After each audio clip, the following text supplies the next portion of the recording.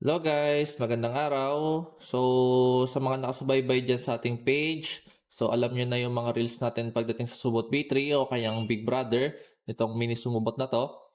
So, isa sa mga naging issue ko doon is yung nag-short circuit yung kanyang PCB noong nabaliktad ko yung paglalagay ng battery terminal niya. So, yung positive ay naging negative, yung negative ay naging positive. So, ang nangyari doon is nasira yung line tracing, nasunog, nag-asas like a fuse yung ating PCB and ayun, wala na, nasira. Kaya naggawa tayo ng panibagong protection doon. So, naglagay tayo ng diode. So, meron din tayo dito sa ating mini sumubot. So, dito sa ating mini sumubot, itatry natin na magkabaliktad din yung battery. So, ito yung battery terminal, battery wires niya. Tapos ito yung kanya battery terminal. Pagbaliktad din natin yung kabit.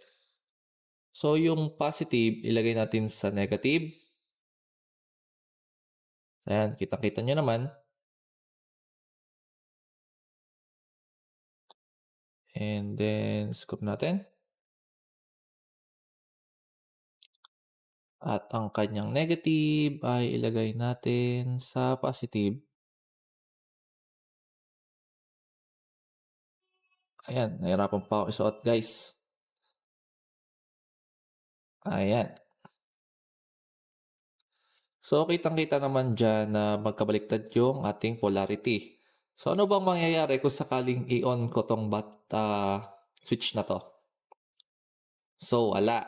So, gumana rin sa ating mini sumubot ang reverse polarity protection para sa ating PCB. So, walang mangyayari kung sakali mang accidentally nyo na mapagpalit yung battery terminals natin sa ating PCB.